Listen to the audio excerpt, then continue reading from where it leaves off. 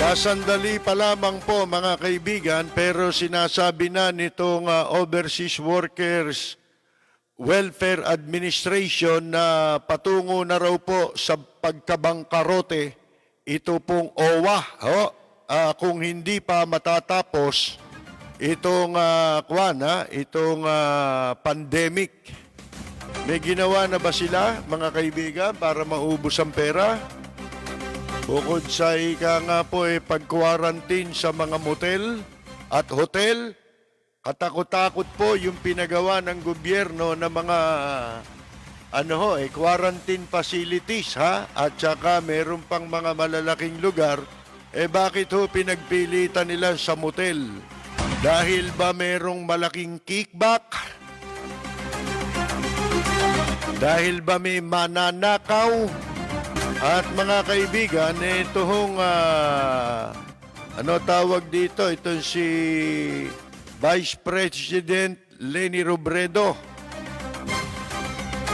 Ang sabi po ng Department of Justice, mga kaibigan, handa raw sila na makipagtulungan kay Vice President Leni Robredo kung sakasakaling ito po'y maghahain ng kaso laban po sa mga nagpapakalat ng fake news laban sa kanya.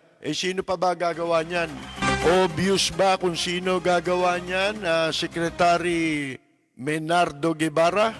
Dito po naman sa sa issue tungkol kay meron pa pala may bago na namang walang hiya na lumitaw para siraan itong si Babuyin, si Sharon Cuneta at saka yung kanyang anak. Ito ay pag-uusapan din natin yan tungkol dyan. Nako, ang tindi ho ng kawalang-hiyaan nitong isang entertainment o showbiz reporter, mga kaibigan. Alam naman ninyo, karamihan po dyan pera-pera yan, di ba? Mawalang galang na, yan naman sa totoo Yan naman mga yan, sa katotohanan, hindi miyembro ng medyang itinuturing yan nung araw Ewan ko, bakit tinuturing nila ngayon na yan talaga mga media. Kasi pang mga chismis lang yan na wala namang kinalaman sa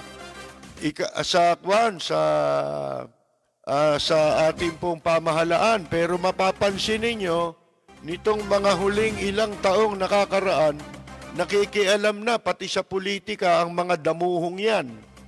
Mga baboy naman. Hindi ko nila lahat Kasi nga po kaya gusto natin pag-usapan ito dahil meron akong mga inabutan, mga kakilala na nandyan din sa entertainment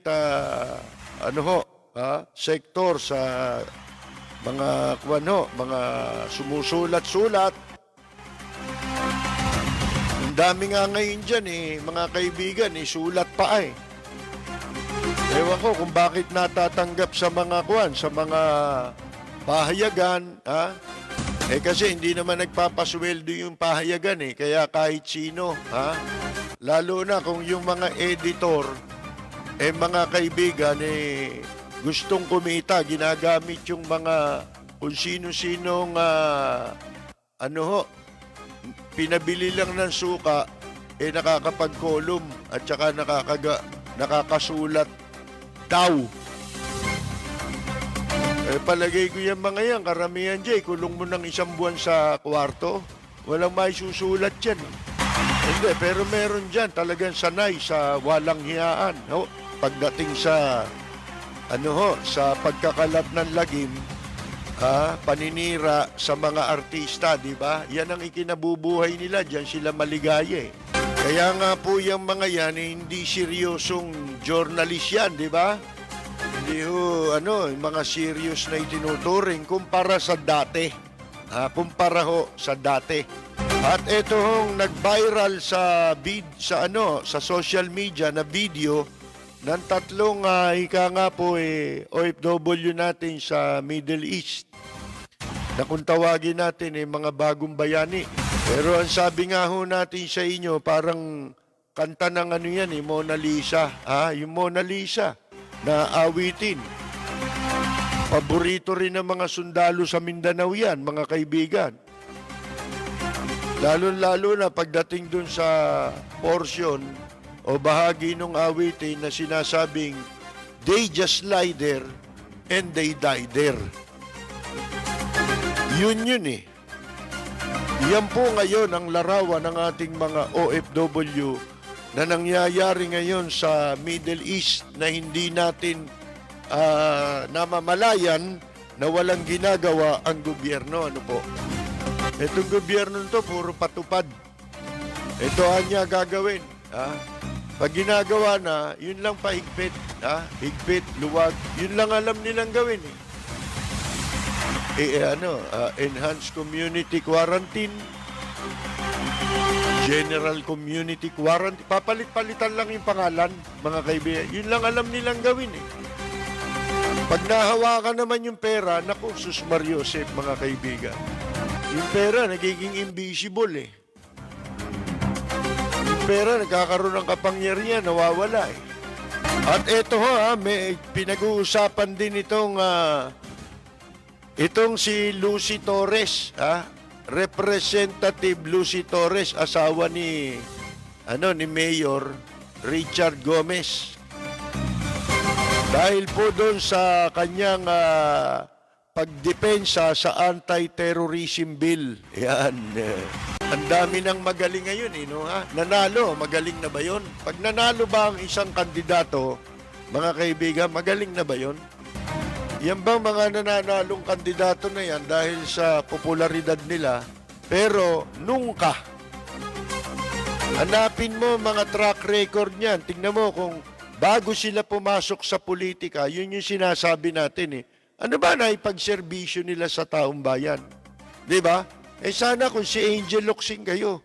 Malamang si Angel Locsin kung kakandidato ay boboto ng marami yan Bakit? May track record Di ba? Hindi sa panahon ng eleksyon ginagawa ni Angel Locsin ang pagtulong, mga kaibigan.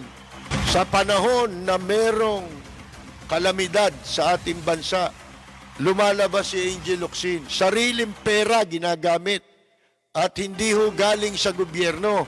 At kung meron mang sobra, tulong yun ng mga naniniwala sa kanyang ginagawang pagtulong. Totohanan, sincero. Bueno, mga kaibigan, yan po ang ilan sa ating mga pag-uusapan ngayong gabi. At kung meron kayong alam na mga paksa, itawag nyo, i-text nyo sa atin. Bibigyan daan po natin yan kahit po yung inyong mga panawagan.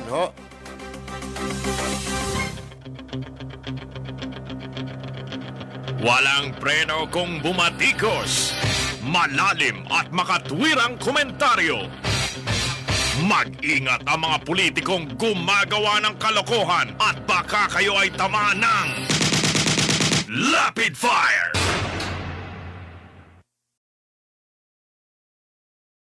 Ayon po dito sa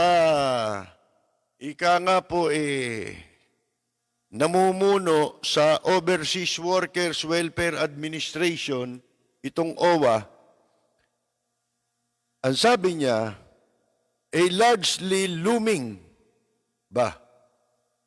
malawakan na niya, napipinto ang malawakang pagkabangkarote ng OWA sakaling patuloy daw na gagastos ang kanilang ahensya para sa pagkain, accommodation, and transportation of repatriated immigrant workers beyond 2021. Mga kaibigan. So, mahal pala yung pag-transport ng bus. Mahal pala yun, mga kaibigan. At dahil doon mababang karote, maniniwala ako, pag ninakaw nyo yan, talagang bangkarote yan.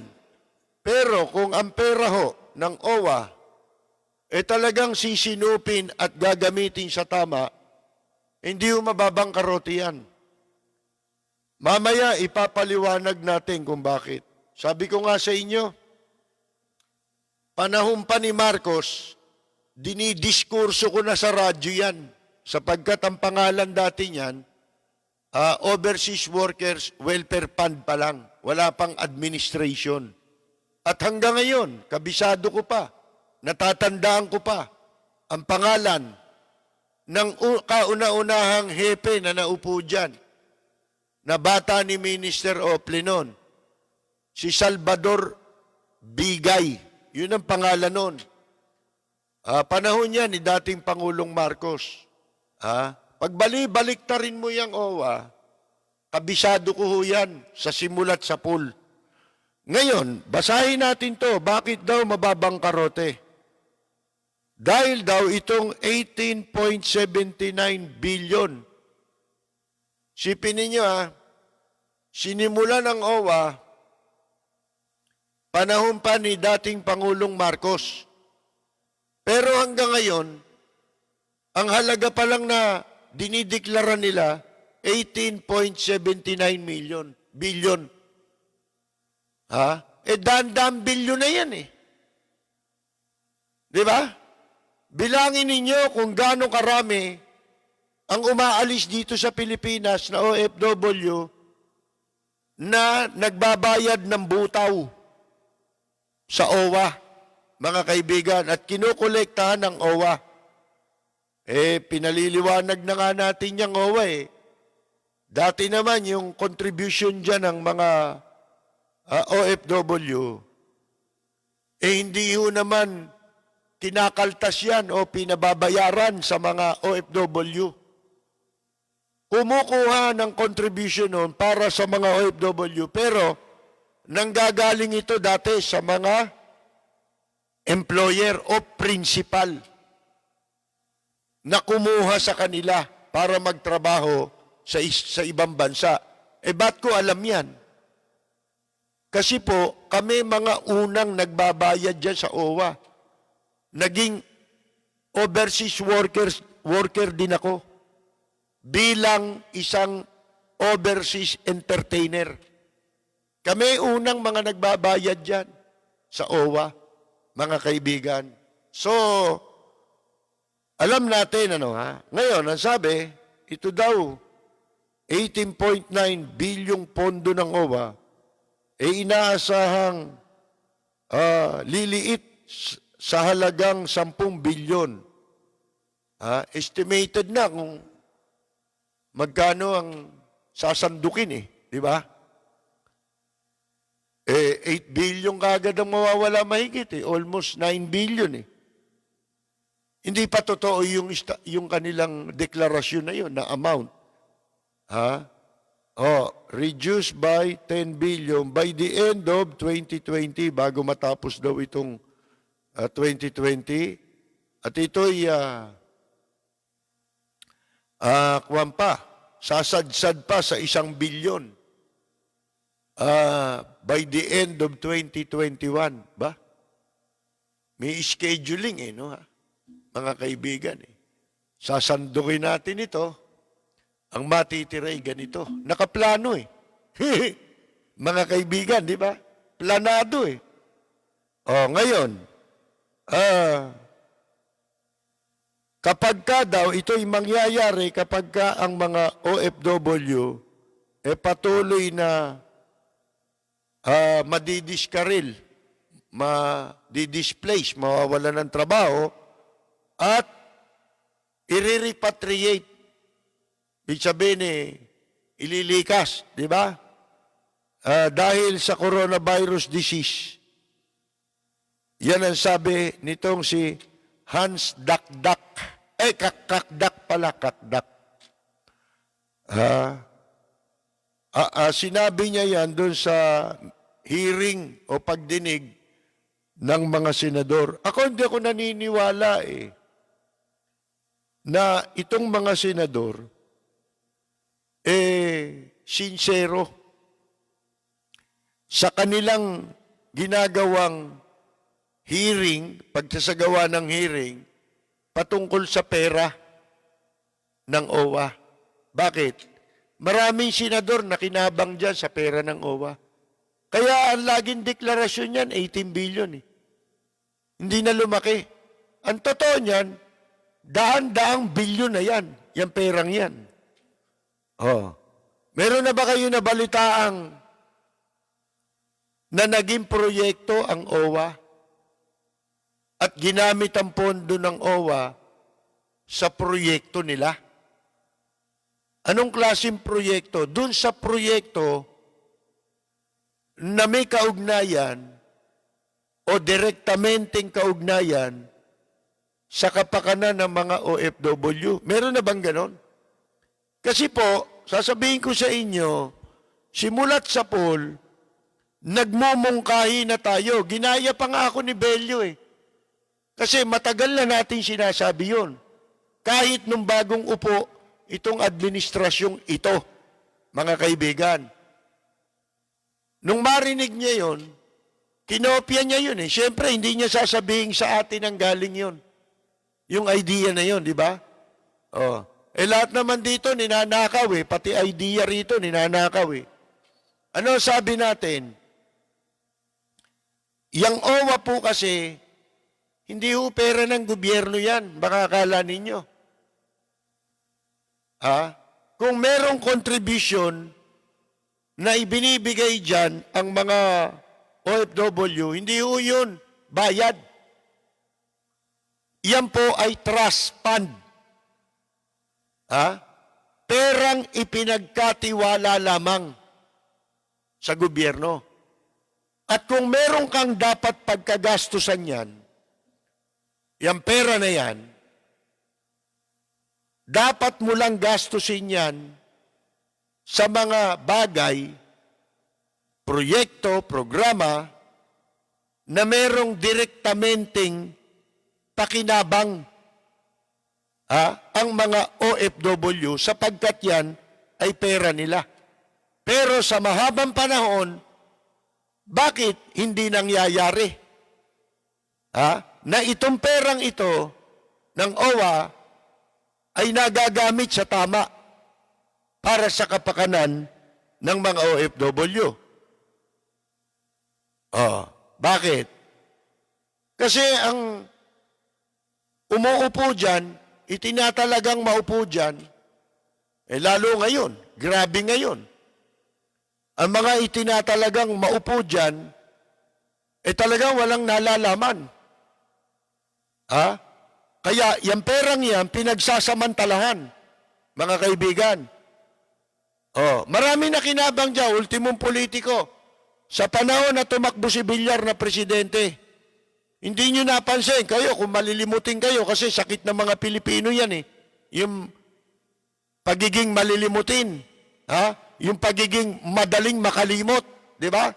Maigsi ang memorya. Kaya tuwing eleksyon, binoboto rin mga walang hiya, di ba? Dahil dyan, kinakalimutan ang masamang record, lalo na pag nabigyan ng pera sa eleksyon. Ngayon, nasan ba ako? Yung tanong, bakit hindi nangyari na yung pera na sinop o nagamit? Wala naman sila may pagmamalaking nagawa na proyekto, ang OWA, na makatutulong sa mga OFW at sa pamilya nila. Meron ba? Ano yung programang yan? Wala. Mga kaibigan, ni isa wala. Sabi ko nga sa inyo, nung panahon na ang namumuno pa si Pangulong Marcos, si Ople madalas mapikon sa amin yan. Pero hanggang doon lang. Ang ginagawa ni Minister Ople, pag kami banat kami dyan sa OWA, sinasagot kami. Pero palihis din. Kasi noon pa man, kinu-question na namin ang maling paggamit, pakikialam sa pera na dapat iukol lamang sa kapakanan ng mga OFW. Ngayon, bakit hindi nangyari yun? Dahil ang ating mga mungkahi, hindi ho nila ginagawa. Mula noon, sa lahat ng administrasyon, sinasabi natin yan. Lalo na nung naupo ito kasi ang akala natin, totoo ang mga pinagsasasabi ng gobyerno. Lalo na, nitong administrasyong ito, si Presidente Duterte, akala natin totoong-totoo. Kasi malaki ang utang na loob sana, kaya tayo naniniwala, malaki utang na loob sana na dapat niyan tanawin sa mga OFW at panahon na. Akala natin sa panahon niya panahon na. Ito na yung panahon. Dumating na yung panahon. Akala natin na matutugunan na ang kapakanan ng mga OFW na binansagang mga bagong bayani. Pero napapanood ninyo ngayon, katakot-takot na ang hirap na dinadanas ng mga OFW sa gitnang silangan. Merong video, yung video na isinyer ko kanina sa Facebook, ipiniture sa isang television news kanina. Napanood ko rin. Yung tatlong OFW na nahawa sa amo nila ng coronavirus. Wala, nandun lang sila. Siguro sa isang kwarto, yung isa naghihingalo. Walang tumutulong sa kanila. Ang mga kababayan natin, kaya pala marami nang namatay. Mga kaibigan, sapagkat wala pong umiintindi sa kanilang pinagkakagastusan ng gobyerno sa foreign mission. Ano yung foreign mission? Yan yung mga embahada natin at mga konsulado natin sa ibang bansa. Ano ang hindi nila ginawa sa OWA? Akala nga natin ito na yung pagkakataon, matutupad na. Sipin ninyo, panahon ni dating Pangulong Marcos early 80s yun. Ipinakikipagbaka na natin ang karapatan ng mga OFW. Bakit? Sapagkat ako po ang isa sa mga namumuno ng samahan ng mga entertainers, overseas entertainers dito sa Pilipinas during that time. Bilang Pangulo ng Association of Filipino Entertainers na binubuo ng mga working overseas entertainers. Tinatag namin yung grupong yan. Katunayan, naitalaga kami sa industriya. Lalo na nung natapos na administrasyon ni Presidente Marcos, ipinatawag ako ng POEA, yung bagong naupo nun. Kasi ang daming pumapapil na organisasyon, pero puro mga recruiter at saka mga talent manager. Yun yung kasagsagan na napakalakas ng ating overseas program sa Japan. Nung unang magpatawag ng meeting hindi na ipabatid sa akin. Kaya nung nagkaroon ng meeting na wala tayo, ang hinahanap nung bagong administrator ng POEA, ang inyong lingkod. Ang sabi niya, nasan dito? Yung presidente ng Association of Filipino Entertainers. Kaya nung sumunod na meeting, naobliga yung mga taga-industriya na pasiputin ako sa meeting sapagkat ako ang hinahanap nung nakaupong administrator. Bakit? Kahit hindi ho sa sektor ng entertainment. Basta sektor ng OFW. Kayo ang pinakamahalagang sektor sa industriya ng overseas program. na nagsimulang maitatag sa panahon ni dating Pangulong Marcos at ni Minister Blas Ople bilang Labor Minister. Aktibo tayo nung araw. Ngayon, bakit kayo ang pinakamahalagang sektor? Kasi kayo yun eh. Yung ibang sektor, nakasali dito. Sino ba yun? Di ba mga recruiter? Ha? Walang kapakanan yan. Bakit? Sapagkat sila ang naghahanap buhay at kumikita dahil sa atin na mga OFW. Kaya ikaw na isang OFW, ikaw ang merong pinakamahalagang boses na dapat pinakikinggan ng pamahalaan. Hindi yung mga pinaglalalagay nilang jumper trees, mga kaibigan, nilagay sa TESDA. Bakit? Ha? Ano sinasabi natin nung araw? Malulustay lang ang pera ng OFW. Wala naman kayong programa eh. Para ngayon, yung gobyerno ngayon, bakit nawawalda sa mga pera? Walang programa eh.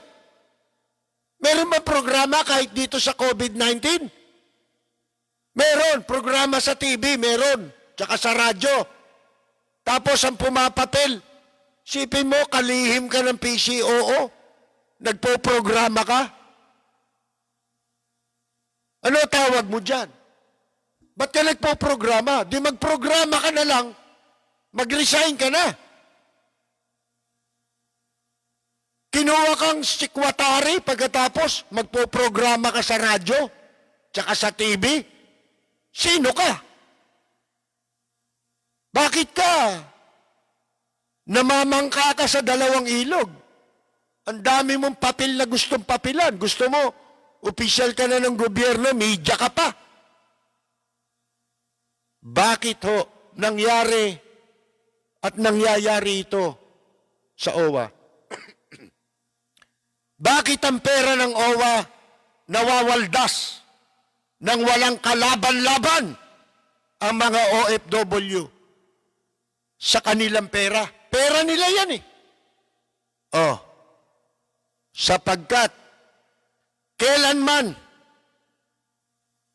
hindi pa ho nagkaroon ng mga kinatawan ang mga OFW sa board, sa governing board ng OWA. Bakit ho mahalaga na mismong mga OFW ang dapat nagpapatakbo sa OWA? Bakit? Kapakanan nila yun eh. Sino makakaalam sa kanyang kapakanan, di kundi siya? Hindi ba? Parang yung mga entertainers, sino makakaintindi sa kalagayan ninyo ngayon? Kayong mga working entertainers.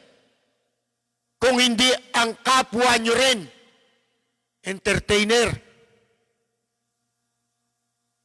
Ngayon, iba nilagay mo, mga vested, mga politiko. Naglalagay kayo dahil malakas ito. Kaya sila napupwesto dyan. Ang namumuno, Department of Labor. Di para mong ginawang bantay ng repolyo, yung mga inilagay mo dyan, kambing, ginawa mong bantay ng repolyo. Ano mangyayari? Kaya ako naghahamon, sabihin ninyo, kung ni minsan nakagawa ng programa yung OWA, ang daming programa nating iminumungkahi, ni isa wala sila nagawa. Pinagmalaki pa, ni Bello. Nagyabang si Bello, may sayanik ang dating, akala mo. Talagang totoo mga kaibigan Akala ko, itong gobyernong ito magsasalba sa mga OFW, naging pahamak pa nga Di ba lahat ng host country inaway nito? imbes na mag-expand at pagkakataon nila yun, very popular sana siya. Ang laki sana ng magagawa nitong si Presidente Duterte para mabuksan ang pintuan sa mga ng ibang bansa para sa ating mga OFW. Lalo na yung mga magagandang bansa, hindi ba? Hindi puro Middle East, na puro amoy sibuyas, amoy langka, puro baktol, mga kaibigan. Tapos ginagahasa yung mga kababayan natin Pilipina. Nito mga Arabo, walang kalaban-laban. Ito lang mga namatay na ito.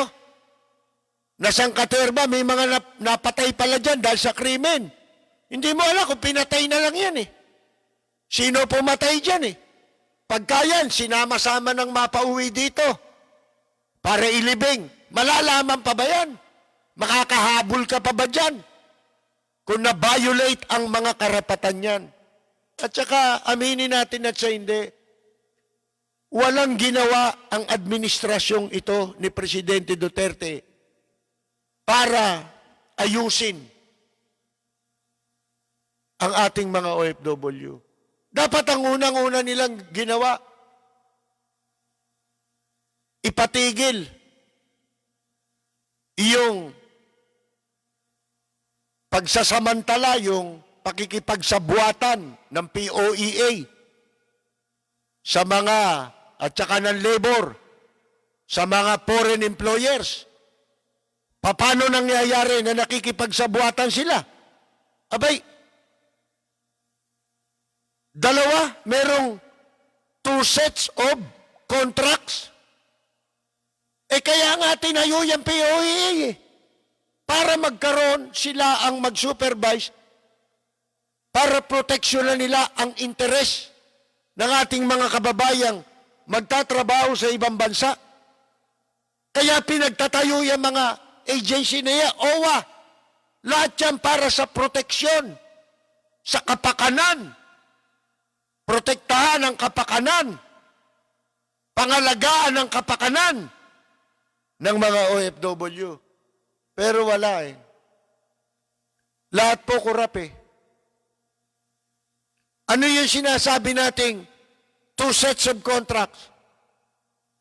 Hindi sana maaabuso ang ating mga kababayan kung ang nasusunod na kontrata ay yung pinagtitibay ng gobyerno, ng POEA at ng Department of Labor. Seremonya lang yan eh. Ang talagang hangad nila. Kaya sila nagpo-proseso ng dokumento ng mga OFW para kolektahan lang ng bayad. Para paduguin lang. Pagkakitaan lang itong mga OFW. Pero yung proteksyon, wala na. Kunyari na lang yun. Puro seremonya lang yun. Bakit? Lahat ng OFW yung umaalis dito, iisa ang pinipirmahan kontrata niyan. Standard contract yan ng gobyerno. Pero pagdating doon, merong isang panibagong kontrata. Siyempre, yun ang susundin doon dahil nandun sila. Dito, kunyari lang, kontrata, pinroses na namin, magbayad ka na. May processing fee yan eh. Mga kaibigan eh. Kukunan lang talaga ng pera. Ano sinasabi natin nung araw? Yung OWA, ang dapat nakaupo dyan, majority, OFW. Iba-ibang sektor. May entertainer pa nun eh, di ba? Kaya dapat may entertainers, may sektor na nagmula sa sektor ng mga overseas entertainer. Wala, hindi nila pinayagan yan. Kasi iba talaga ang pakay nila eh. Magnakaw eh. Pagsamantalahan, abusuhin yung pera ng mga OFW, mga kaibigan. Alam ko ang kasaysayan niyang OWA. Hanggang sa panahon ni Cory, pinagbababanatan ko yan. Ano ginawa nila sa pera? Di ba yung mga ina-appoint ni Cory, yung Sarmiento, kumukomunista nung araw, tapos na-appoint sa OWA, bay, naging mandurugas, yung si Pepe Sarmiento. Ano ginawa nun? Akalain ninyo, yung pera ng, kung tutuusin nyo ito, sa dami ng pera ng OWA, na hindi na-account yan. Walang accounting yan. Sinasadya nila na wag i-account yan. Sapagkat dyan nila kinukuha pera. Pag meron silang gustong gawing pagsasamantala. Eleksyon, yan. Kaya nga sinasabi ko sa inyo, nung tumakbo si Villar na presidente di ba araw-araw nasa airport si Villar, kasama OWA, sumasalubong. Bakit? Ginagamit sa kampanya pera ng OWA Kunyari, nagmamalasakit sa OFW, mga kaibigan. Lahat ng pagpapanggap, sipin mo, yang OWA, ang sabi natin nung araw, asa na mga proyekto nyo para sa OFW? Kasi sa panahon simula sa panahon ni Kabla Sople, nagkaroon ng mga irregular na programa hanggang sa tuloy-tuloy yan. Nung una, kinu-question natin, ginamit sa basketball ng mga artista. At saka ang kalaban yung mga professional basketball player, kinu-question natin yun Bakit? Dinala pa sa abroad yun Ano kinalaman nun sa kwan? Sa kapakanan ng entertainer, ng mga overseas contract worker pa ang tawag nun. Ano kinalaman nun? Manonood ng basketball? Ano yun? Pagkatapos, nag-produce ng pelikula, yung kay Vilma Santos. Ang gumanap si Vilma, yung Madam X. Merong malakas na recruiter malakas sa gobyerno. Dahil presidente ng isang organisasyon ng mga recruitment agency. Kunyari, kakampanya sila. Tutulong sila sa kampanya ng pamahalaan para masugpo ang mga illegal recruitment dito sa Pilipinas. Ano ginawa nila? Ginamit na bihikulo. Yung pelikula, yun daw ang gagamitin nilang bihikulo. Si Vilma Santos ang kinuwang artista. Nung panahon na yun, napakalakas ni Vilma Santos sa takilya. Mga kaibigan, anong pelikula yun? Yung Miss X na sinyuting pa sa Europe. Mga kaibigan, yung perang ipinamproduce doon sa pelikula, inutang nila sa OWA. Mga kaibigan, pagkatapos, yun nga ang purpose daw para gamiting bihikulo sa kampanya laban sa illegal recruitment. Dahil yung istorya nung pelikula, si Vilma Santos gumanap na biktima ng illegal recruitment na napunta sa ibang bansa at inabuso, napariwara ang buhay. Ngayon, kumita ho yun. Box office. Tandang-tanda ko, sa pelikulang yung ginamit na team song, yung pong nagpasikat kay Kulit Desmang awitin na dito ba? Diyan po ginamit siyang awitin na yan. Sipin ninyo, mga kaibigan, nung kumita yung pelikula, naibalik ba yung pera? Hindi. Sipin mo, yung pinuhunan, hindi na ibalik. Pati tinubo, hindi na binalik. Kaya kinu-question natin nung araw yan. Ano pa? Yung building na ginagamit ng POEA. Alam ba ninyo kung anong building dati yan? Kayong mga bata ngayon, di nyo na alam. Yan ang building ng Toyota. Delta Motors. Na pag-aari, dati yan. ng pamilya Silverio. Mga kaibigan, binili yan.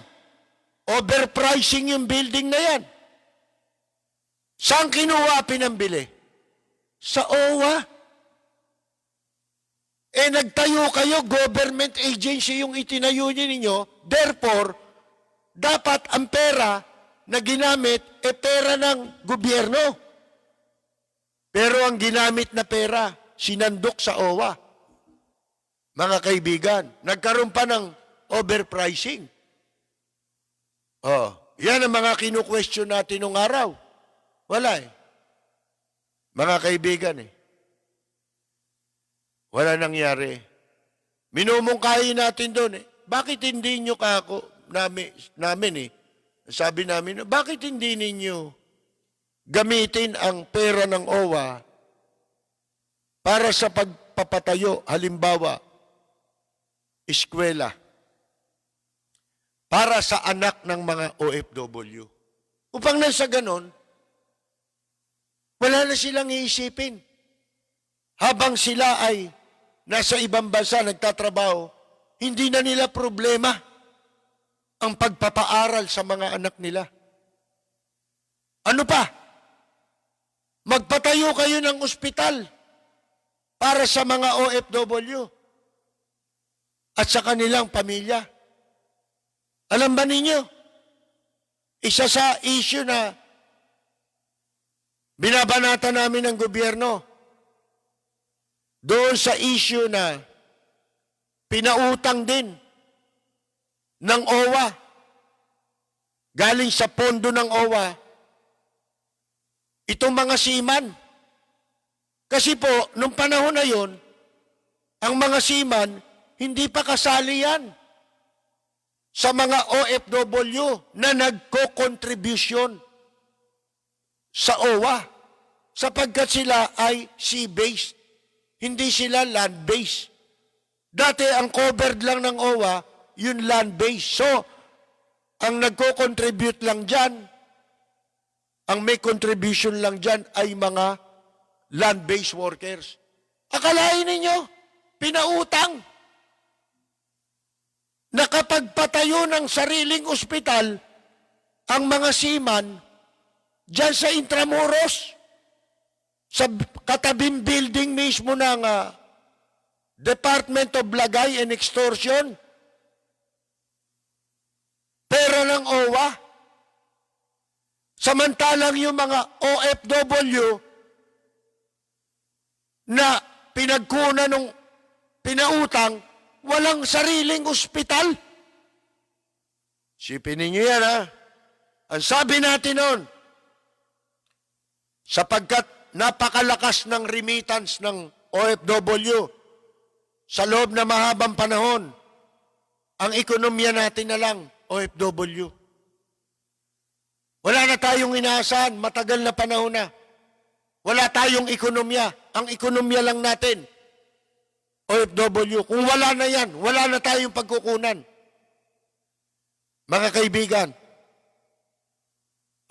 ano sabi natin noon? Kasi ang kadalasang nagiging problema ng mga OFW noon, yung kanilang pagpapadala ng pera. Pinapadala sa PNB, ito naman PNB, pag sa bangko pinadala, anak ng tupa. Kung saan napupunta pera, hindi nakakarating. Paano kung may mga sakit dito, yung pinadadala nila ng pera? Mamamatay yun. Bago makuha yung pera, patay na. Kaya sabi natin, magtayo kayo. Gamitin ninyo ang pera ng OWA. Magtayo kayo ng OWA Bank, Overseas Workers Bank. Magiging self-liquidating pa. Di ba? Pwedeng pagdepositoan ng ibang tao yan pwede ka rin tumanggap ng mga sanla dyan Di ba? Na magagamit dito sa pagpapalago ng pera ng OWA. Wala silang ginawa.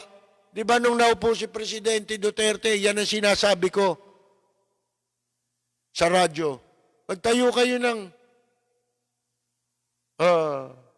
eskwela, ospital, bangko. Ginaya ni Bello. Tatayo raw ng bangko. Itong panahon na to, wala ka nang pwedeng maging programa para sa mga OFW. Bakit? Wala na eh. Aanin mo pa. Kundi nang loloko itong mga taong ito, nang bobola, binobola OFW, tatayo daw ng OFW department. Ano? Para saan? May OFW pa ba? Di ba nagsisipag-uwian na nga?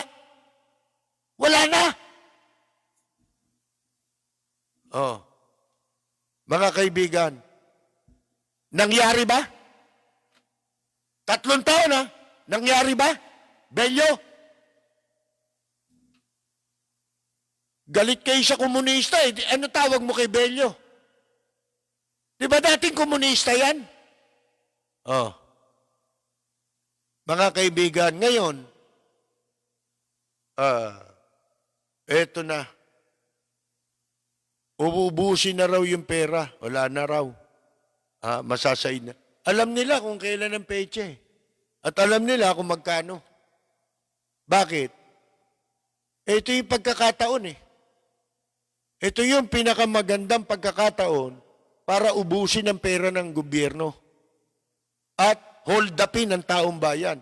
Katulad yung sisingilin ng mga mamamayan na gumagamit ng nasa online selling. Yan ba, buwis ba yung kinokolekta nila? Hindi buwis ang tawag doon. Ang tawag doon, extortion. Gusto nilang ma-extort, pati yung maliliit. Mga kaibigan, wala na nga kayong ginawa para tulungan yung mga tao na mabuhay sa panahon ng kagipitan. Gusto pa kikilan. Mga kaibigan, saka nakakita ng ganyang matinong gobyerno na ganyan, ang iniisip. Matino ba yan? Sa palagay ba ninyo ito nangyaring ito, yung mga dinadanas na mga OFW ngayon, sa palagay ba ninyo, natutuwa pa yan sa inyo? Naniniwala pa yan sa inyo? Baka kaya nga nagpakamatay yung iba dahil sa tindi ng kahihiyan sa sarili nila. Masyado nilang pinaniwala ang sarili nila. Na maganda ang hangarin ng gobyernong ito para sa kanila. Inaaway nila kahit sino. Hindi naman nila kaaway, kumurahin nila. Ganun na lang, kung ibas nila. Wala namang atraso sa kanila. Pero dahil sa sobrang paghanga, tinalo pa si Nora Honor, tsaka si Vilma Santos. At least yung mga Noranyan, tsaka mga Vilmanya nun, may utak pa Away-away lang nakwan Hindi involve ang interest ng bansang Pilipinas dito, pag may nakaaway ito, kahit na involved na ang interest ng buong Pilipinas akala nila totoo sinasabi nila kahit mali Di ba? Nagkaroon ng maling paghanga. Mga kaibigan. Sabi nga natin, panahon ni Cory naman, yung mga napwesto. Siyempre, pag ang isang ahensya nagkaroon ng katiwalian, ang mapapansin ninyo ito, yung katiwalian doon sa ahensya, hindi nasusugpo. Bakit?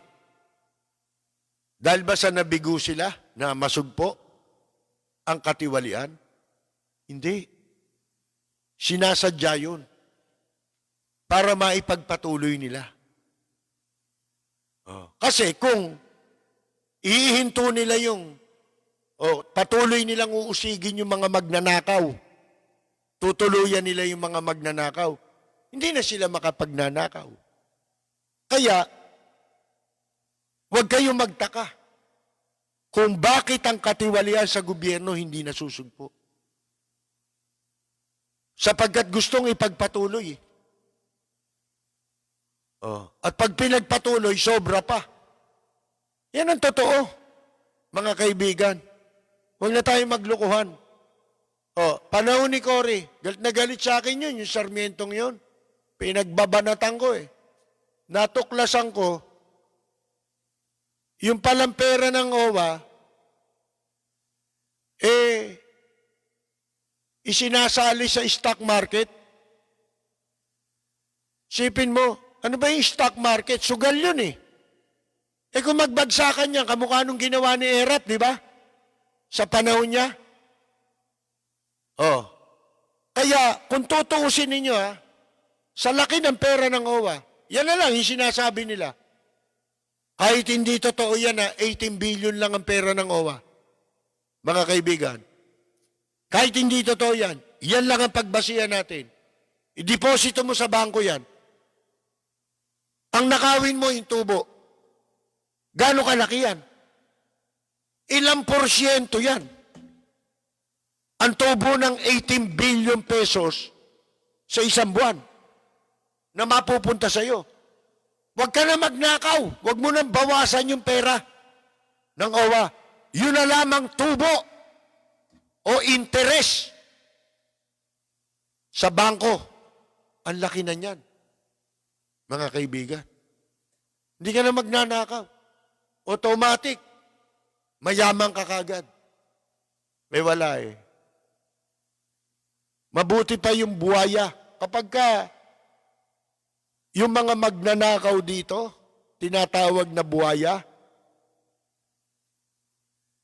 iniisip ko naiinsulto ang buhaya.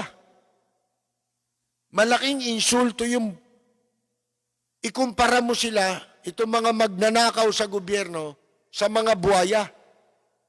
Bakit? Kasi yung buhaya nabubusog yun.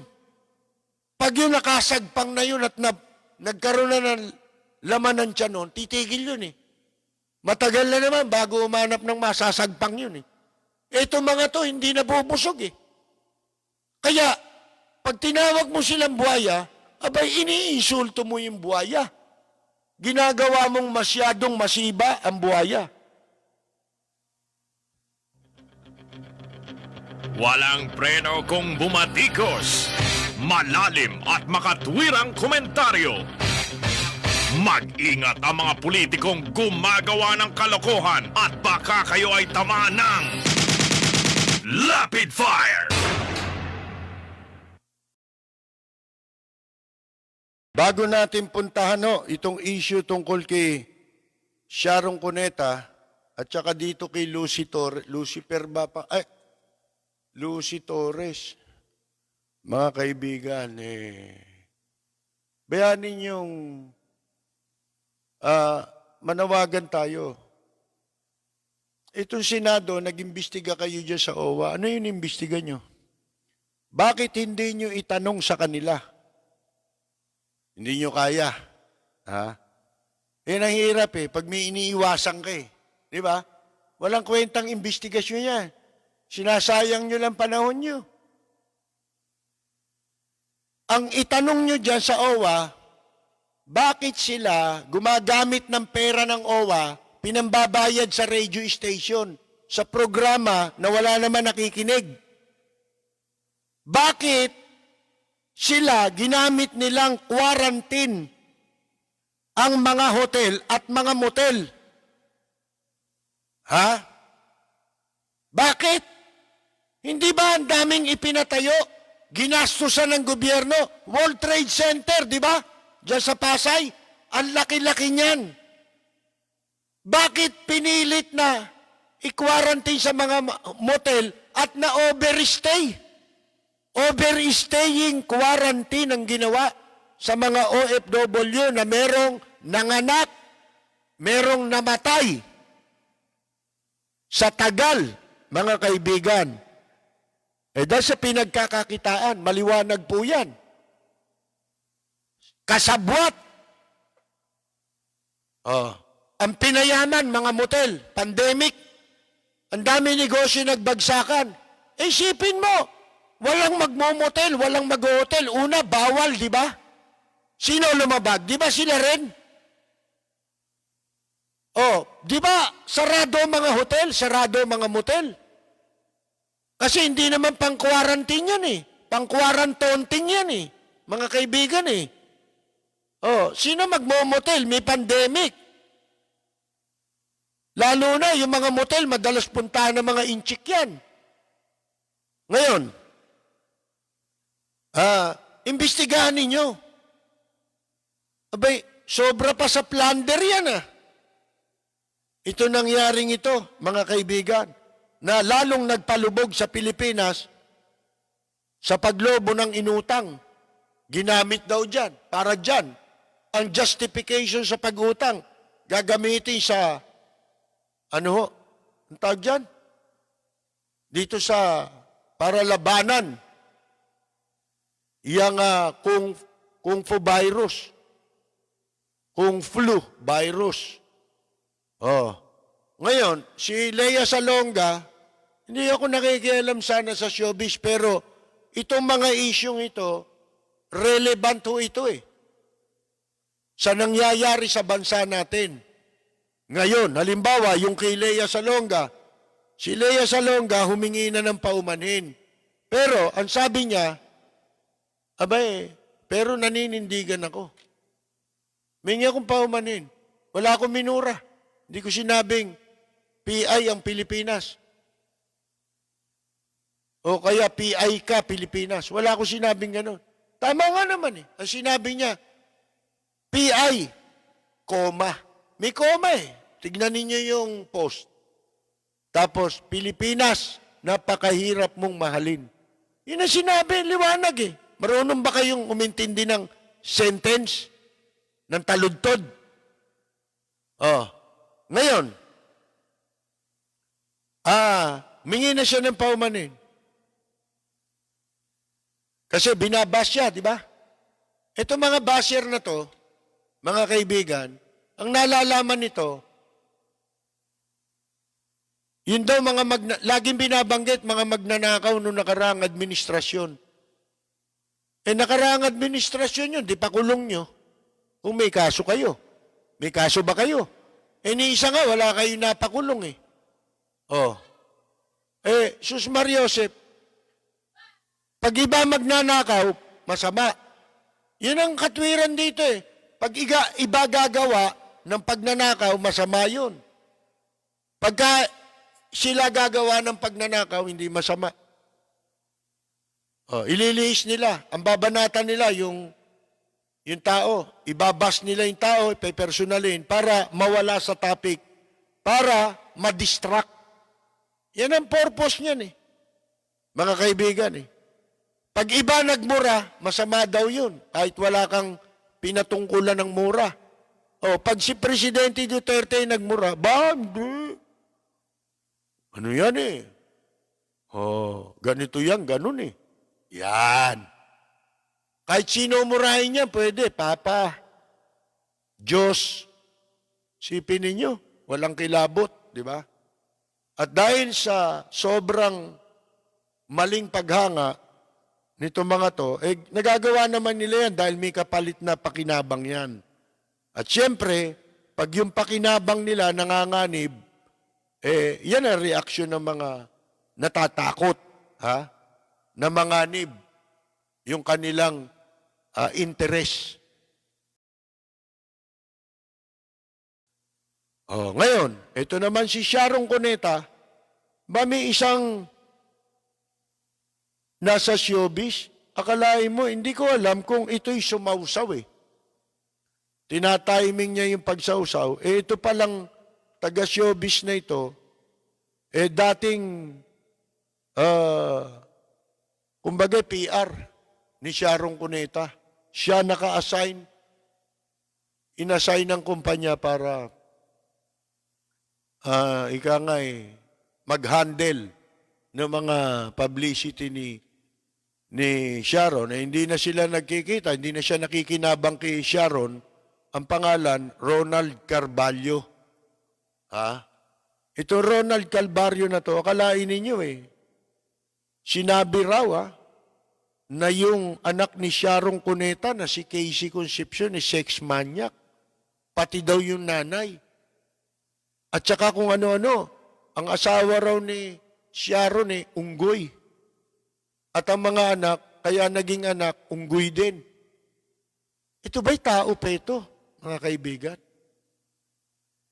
Ha? Gusto mag-trending.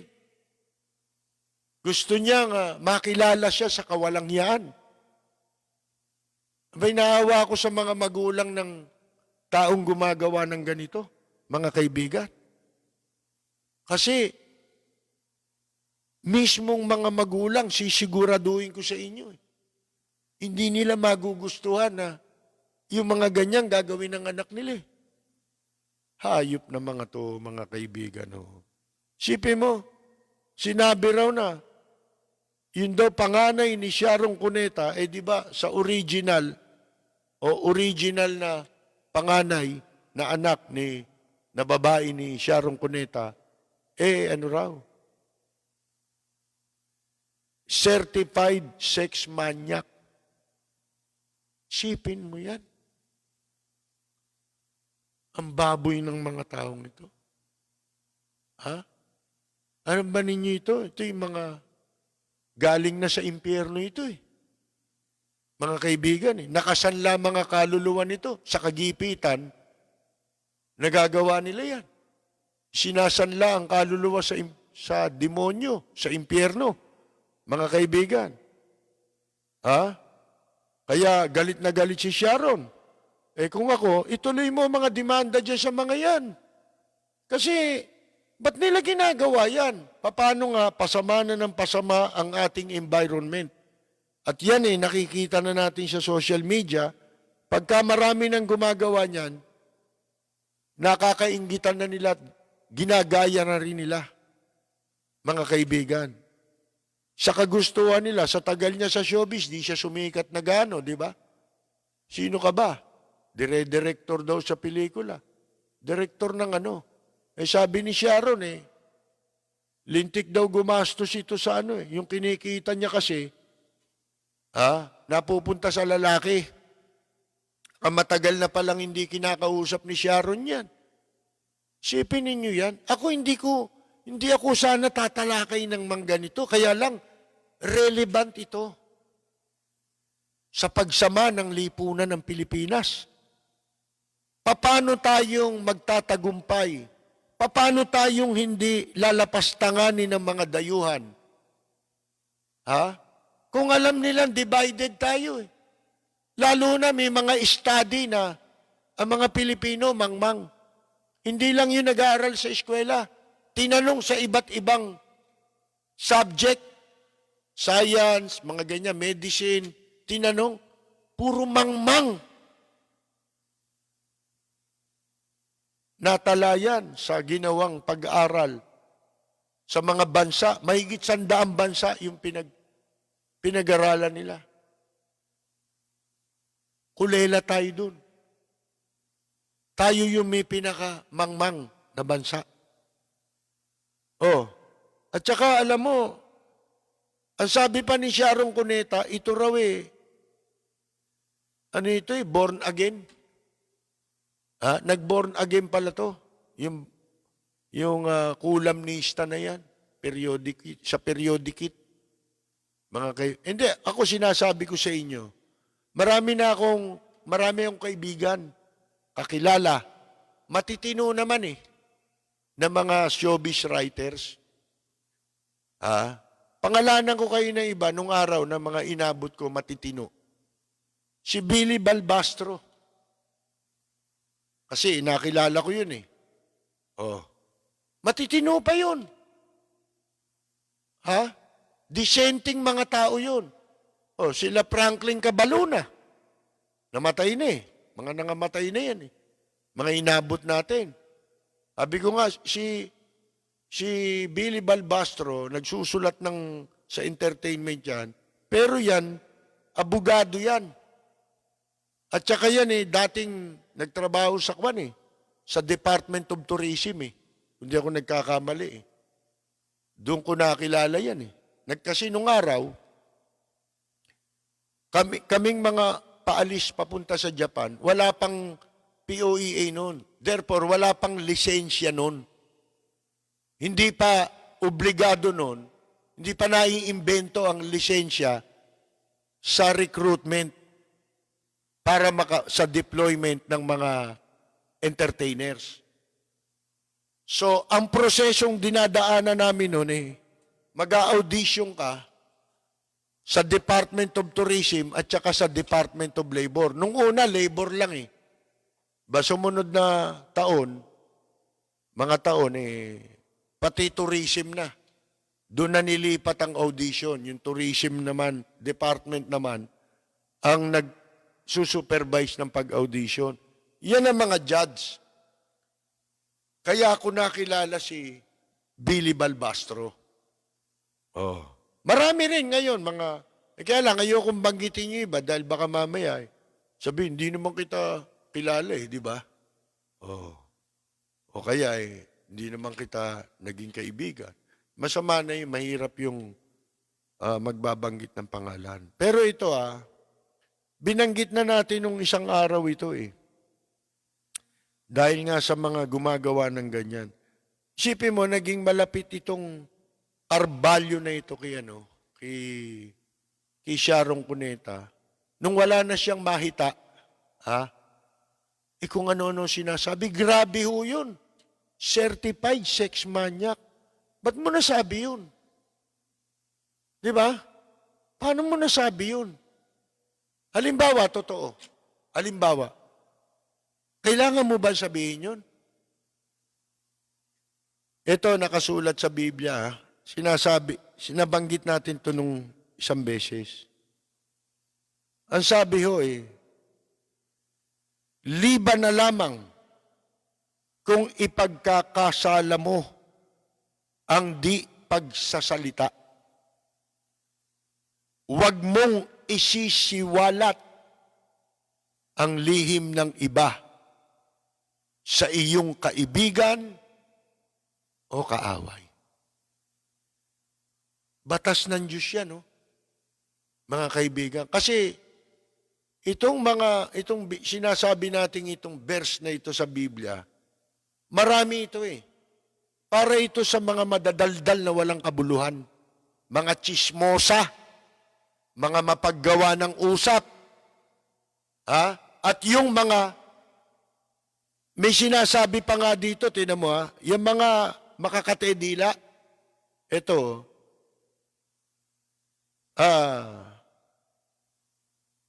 kapag ang hangal, ito, ang dami nito ngayon, kapag ang hangal, kasi ang chismosa ngayon, di lang sa community, nasa social media na Kapag ang hangal, sabi ho sa Biblia, ay nakasagap ng anumang balita, nababalisa siyang parang buntis na hindi mapaanak. Sabik na sabik siyang isiwalat yun sa madla. Hindi ba totoo yan? Sabi nga, nakarinig ka ng balita? Tanong sarilinin mo na lamang. Huwag kang matakot. Hindi ka sasabog dahil doon. Isipin mo. Di ba? Ang ganda Mga kaibigan, bagay na bagay sa kanila Jesus Mariosep, kung ako kay Sharon Cuneta, ituloy mo yan. Total, may kakayahan ka Para mo na ring binuksan ang pintuan upang magkaroon ng pagtutularang desisyon. Marami ang nabibiktima ng ganyan sa panahon natin ngayon. Hindi lang sila celebrity na katulad mo. Di ba? Kaya wala silang kakayahan na gawin yan. Unang-una, marami kang tagahanga. Itong gagong ito, sinabi si Sharon Cuneta raw nagbabagsakan daw yung pelikula. Nagpa-flop, mga kaibigan.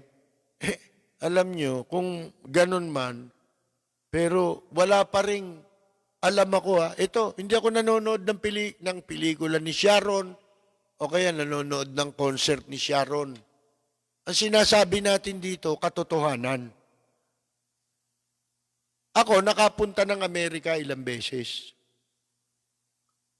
At doon sa Filipino community ng mga nakausap ko, mga kaibigan, wala pang nakahigit kay Sharon Cuneta.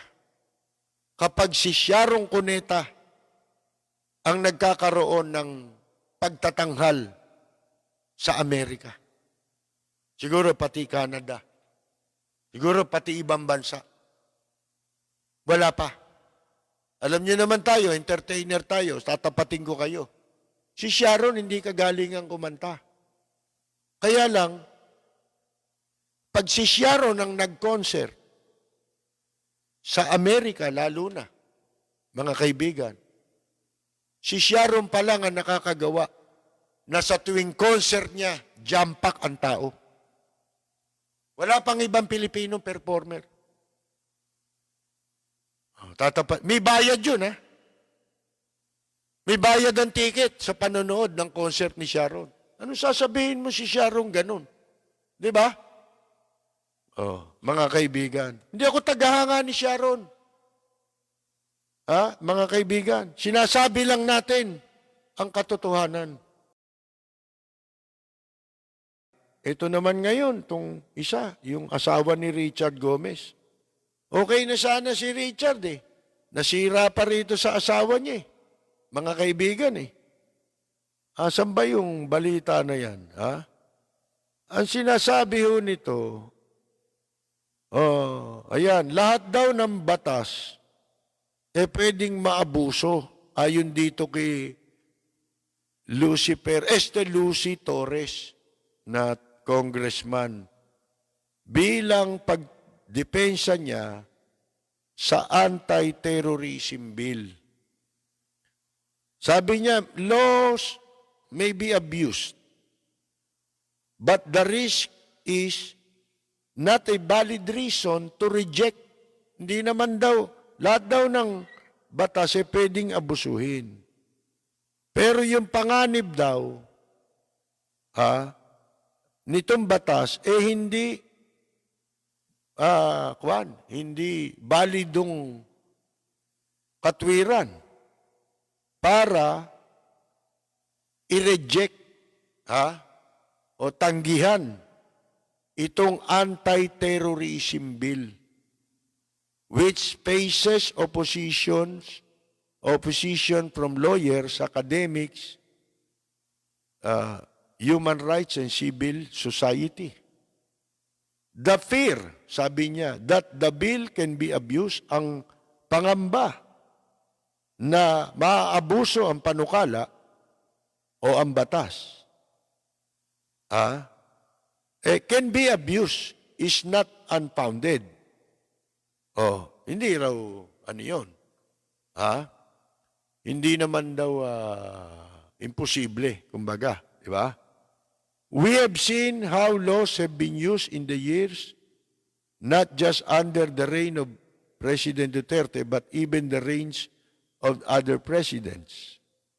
But fear of abuse is not a valid reason to reject a bill outright. It's not a valid reason. So madalit sabi, yun ang katwiran niya. Siguro, nakapirma siya dyan sa batas na yan. Wala naman napanukalang batas na maganda yan Meron na ba kayo nabalitaan na nagawang batas yan? Yan ang sinasabi natin. At least man lang, sana, kung naging katulad sila ni Angel Locsin, hindi na natin maku-question pero itong mga ito, sumulpot lang ito Una, pinanganak na may gintong kutsara sa ngalangala ito Di ba? Kaya nga napangasawa niya si Richard Gomez Di ba? Pangalawa, alam natin yun, totoo yun. Ultimo nga, batas ng Diyos, nilalabag ng tao eh. Di ba? Yan pa. Wala doon ang problema natin. Hindi niya alam ang problema eh. Doon mo malalamang kahit sino na lang pwede, mga kaibigan. Sapagkat ang problema hindi yung batas. Ang problema yung magpapatupad ng batas. At yung pagpapatupad ng batas. Hindi niya nakukuha eh. English magsalita yan ha. Pero hindi niya naintindihan yung English niya eh. Mga kaibigan eh. Wala tayong problema sa batas. Sabi ko nga sa inyo, karamihan ng batas eh, pag pinanukala nila yan eh, ang ganda ng layunin eh. Laging maganda ang intensyon. Oh. Pero kung ang batas ididisenyo mo para ipatupad lang sa mga gustong gipitin, masama kung magagamit yan doon. Dapat ang batas, mga kaibigan, para sa lahat yan. Hindi pwedeng maging choosy ang batas. Hindi batas yan. Yan sinasabi ninyong ipinasa ninyo. Baka hindi mo naintindihan. Hindi ganyan ang batas kasi. Ang alam namin batas, yan ay ipatutupad mo para sa lahat. Walang mayaman, walang mahirap. Pero selective yan batas na yan eh. Mga kaibigan eh. Ang problema natin, sino magpapatupad? Ito. Na meron ng track record sa pinagpipilian nilang gustong gamitan ng batas. Di ba? Wala nang ang batas, pinagpipilitan pa eh. Yung prangkisa lang ng ABS-CBN, pinagpipilitan nila eh. Aasa ng violation? Minabanggit na ba sila? Ano ron sa mga sinasabi nila na violation ng ABS-CBN? Isa pa lang ang tumama eh. Tumama nga, pero hindi na aplikable. Ano yun? Yung citizenship. Mga kaibigan, yun, may kinalaman yung citizenship sa prangkisa. Yan, pwede yan. Ang problema,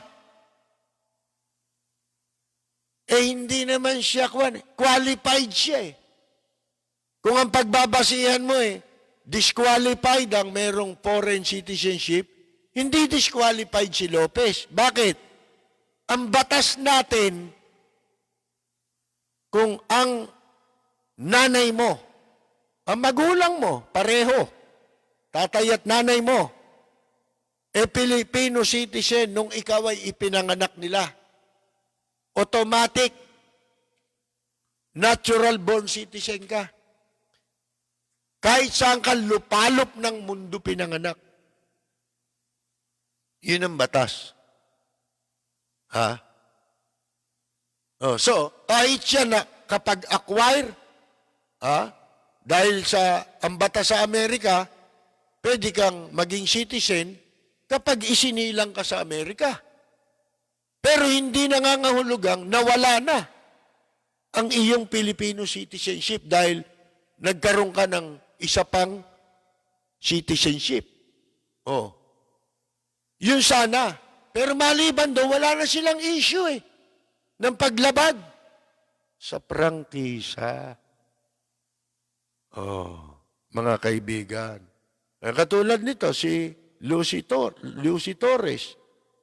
Ba't kaya nagsisip-sip si Lucy siguro kasali siya dyan sa mga lumagda dyan sa batas na yan, mga kaibigan.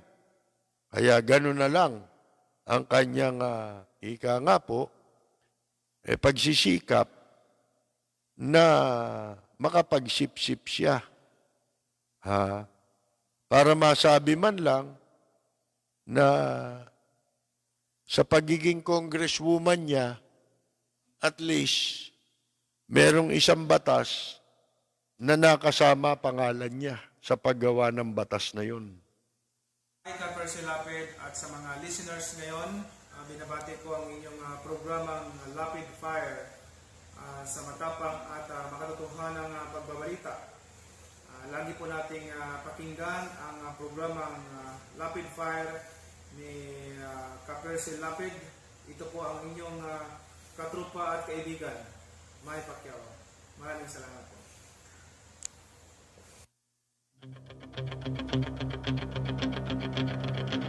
Walang preno kung bumatikos. Malalim at makatwirang komentaryo. Mag-ingat ang mga politikong gumagawa ng kalokohan at baka kayo ay tamaan ng Lapid Fire!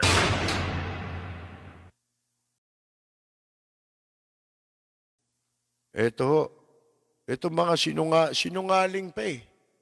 Ito mga opisyal natin, labor, tsaka ambassador.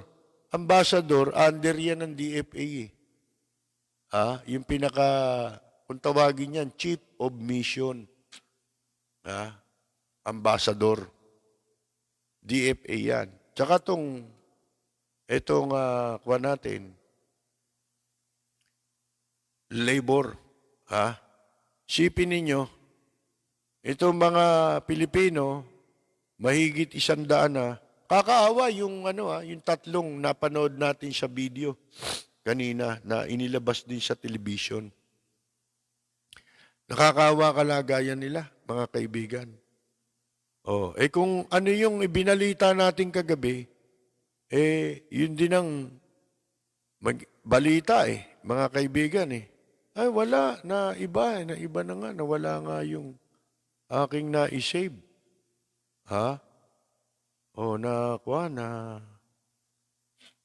Baka pwedeng i-request mo nga rin, maibalik sa atin, Ako nagpapasalamat doon sa lahat ng mga nagme-message sa akin at nagpapadala sila kung ano yung mga balita na hindi mababasa minsan dito. Maraming salamat sa inyong mga effort. Ang katunayan, hindi ko lang kayo kayang pasalamatan lahat sa dami po ng mga tumatawag sa atin dito sa pamamagitan ng messenger. Meron pa dun sa Kung hindi ko matatapos lahat nabasahin, pero ako'y nagpapasalamat sa lahat, lalo na yung mga hindi ko dati alam na nakikinig sa atin, malalaman mo, nakikinig daw sila sa atin, mga kaibigan. Nagpapasalamat ako. At ito lang ang hinihiling ko sana, kasi kagabi, meron na naman nag-away sa ating chat room. Kung maaari po sana, iwasan natin. Pwede naman tayo magbigay ng opinion lang natin Huwag na natin pakialaman yung opinion ng iba kung hindi naman nakakabastos sa atin. Kasi mababastos mo yung tao, mauwi kayo sa pagtatalo, pare-pareho, mapagtatawanan kayo. Madadamay pa tayo riyan. Ito ang programa natin, hindi ito para sa mga troll Yun nga iniiwasan natin, kaya may panawagan tayo. Yung iba dyan, nananawagan sa television pa, nananawagan daw sila na laban sa fake news. Pero wala naman silang sinasabi kung paano lalabanan yung mga fake news.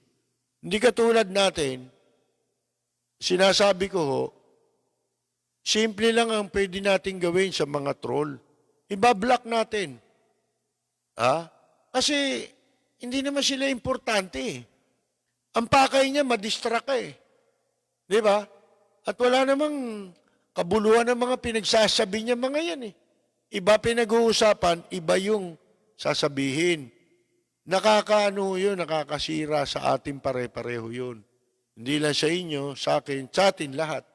Di ba? Imbes na pwede kayong mag-suggest na kasi nakakapulot din kami sa mga nakikinig, lalo na kung may kabuluhan yung kanilang comments.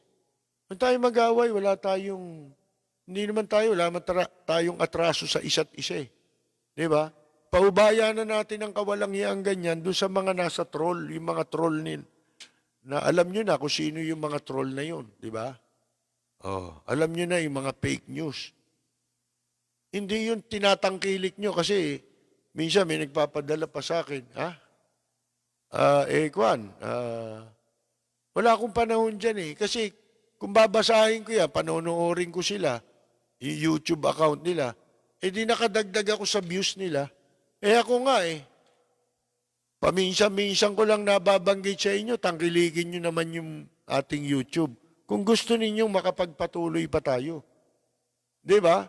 Yan lalo-lalo na sa July 1, magsisimula na yung ating programa sa radyo na 1 oras. Kung gusto niyo makapagpatuloy pa yan, ang pinaka-contribution na nga lang na magagawa natin, mag-subscribe kayo. Sipin ninyo yung mga walang kabuluhang YouTube ang dami subscriber. Ano mapapala nyo ron? Ngayon, kung ayaw nyo sa programa natin, wag kayo mag-subscribe. Wala namang pilitan to Di ba? Ang hinihingi lang natin, yun lang ang pwede ninyong ma-contribute. Di ba?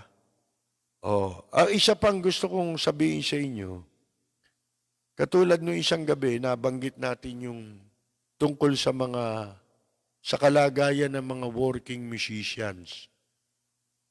Kasi kanya-kanya Ang dapat yun nga, sabi ko, i-reinvent na ninyo ang sarili ninyo, ihanda nyo na. Ngayon pa lang, kanina may napanood ako sa TV, mahirap lang. Iniwan pa ng asawa, may sakit ang anak, walang maipakain sa anak. Gusto kong, naniniwala ako, pero parang hindi makatotohanan pero i-interviewin ba ng TV yun kung hindi totoo, di ba? Isang mahirap, alam nyo kailan siya yumaman? Ngayong pandemic, sa loob lang ng 3 buwan. Nakapagpatayo ng 3 tindahan, nakabili ng 2 sasakyan. Dahil sa pagbebenta ng manok na hilaw. Sipin ninyo yan. Nagawa niya yun sa loob ng 3 buwan, kumikita yata na 50,000 sa isang araw. Nagsimula lang siya dun sa yung palengke na yung sasakyan. Isinali siya ng City Hall sa Quezon City doon sa pwedeng magtinda.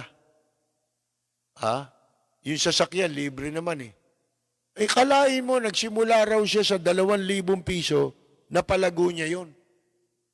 Yung mga katakataka, di ba? Hindi ka paniwala, loob ng 3 buwan. At yung mga kapatid niya, tinuruan na rin niya. Ano yung sasabihin ko sana sa inyo kahapon?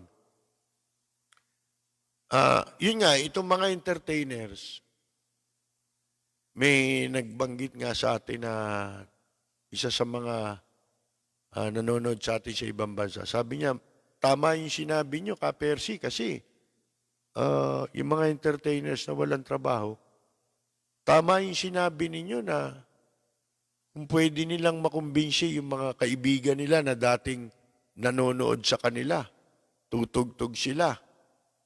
Kahit, sabi nga, kahit 10 lang Pero araw-araw, meron ka 10. Di ba? Araw-araw, kumikita ka. Kahit 1,000. Yung sigurado mong pwedeng sumuporta, hindi naman malaking bagay para mahirapan ka. Di ba? Para dun sa mga gustong tumulong talaga. Ngayon, mga parties, pwede yan Di ba? I-reinvent nyo. Halimbawa, may birthday. Hindi ka niyo pwedeng dahil may social distancing, di ba? Bawal ang contact. pwede silang mag-enjoy sa inyo sa pamamagitan ng live streaming, di ba? Lalo kung nasa TV, di ba? Meron mga TV ngayon, naka-live, pwede ka mag-live stream, ano tawag doon? Smart TV. Di ba? O wag na, sa internet na lang. Pwede silang maglagay ng sound system, napapanood nila, nagpe-perform kayo para dun sa party na yun. Di ba? At pwede silang mag-request. Bawat party, isang live streaming, exclusive, dun lang ang pwedeng manood. Gawin ninyo yun. Tuklasin ninyo yung paraan. Di ba? Paano nyo magagawa yun? At naniniwala ko, kung mga tigli-500 audience nyo, bawat performance nyo, kung may 20 kang tigli-500, magkano yun? 10 million. Kung lalo na kung grupo kayo, di ba? 10 mil, araw-araw may ganun ka. Pwede naman tumawad, di ba? Ang importante, makasurvive. At eto pa,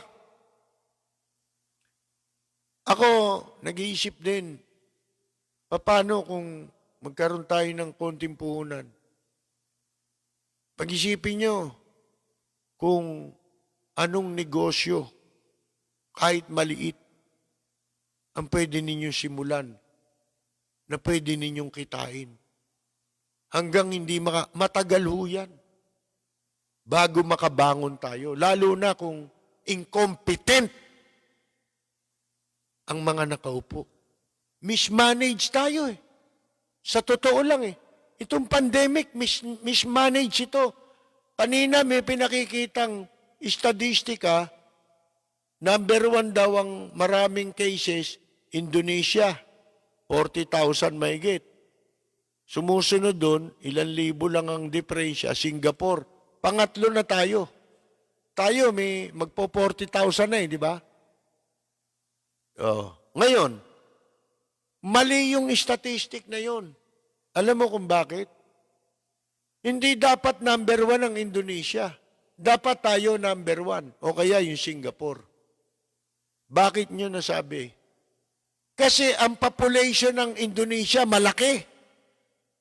Kumpara sa atin. Ilan ang, hindi ko alam ang exact number of population ng Indonesia. Pero, alam ko, baka hindi lang natin doble yun, ang bilang nila.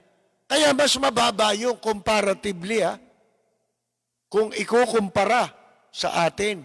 Mas malaki tayo. Hindi ba? Maliit lang yung bilang natin, pero hindi tayo kasing dami nila. Maliit pa rin sila, mababa pa rin sila. Kaya mali yung nilalabas na tayo pangatlo. Hindi, mas mataas tayo sa Indonesia. Kung ang pagbabasihan mo, number of population. Dapat marami sa kanila dahil mas marami silang populasyon. Ba't konti lang ang diferensya sa atin? Mas konti populasyon natin. Yun mga kaibigan So, ngayon pwede lang yung maisip. Isip mo, kawawa, mga driver ng jeep. Sinasamantala na itong pagkakataon para maisaksak nila yung mga pagkakakitaan nilang negosyo, pati negosyo na sila lang ang kikita. Ito mga bagong modernong jeepney raw na yan. Kung may nagsabi nga sa akin, mas delikado yan Kasi yan, kulob. Mas delikado ang contact dyan ng tao kaysa sa jeep na open, na yung hangin nagsisirculate talaga. Doon kulong bale, bukas baka mapag-usapan natin yan. Ang importante yung ngayon, taga nyo sa bato. Ano mang pagpapasyahan ninyong negosyo ngayon, wala nang pinakamaganda kung hindi sama-sama kayong pamilya. Huwag kayong maghihiwa-hiwalay ng isip. Kumbaga sabi nga huwag kayong magsasariling kalooban sa pagpapasya ngayon sa papasukin yung negosyo. Unang-una, lahat naghihirap. Kung wala ka mang ipupuhunan, ang tanging magagawa mo siguro, lumapit sa iba, di ba? Mangutang ka para ka makapagsimula. Pero siguraduhin mo, kung dadating ka sa puntong mangungutang ka, siguraduhin mo, hindi mo mawawaldas lang yung pera. Kasi yan na lang ang pagkakataon mo. Yun ang lagi mong isipin. Last chance na to Di ba? Isama nyo pamilya nyo sa negosyo. Walang pinakamadali para kayo umasensyo.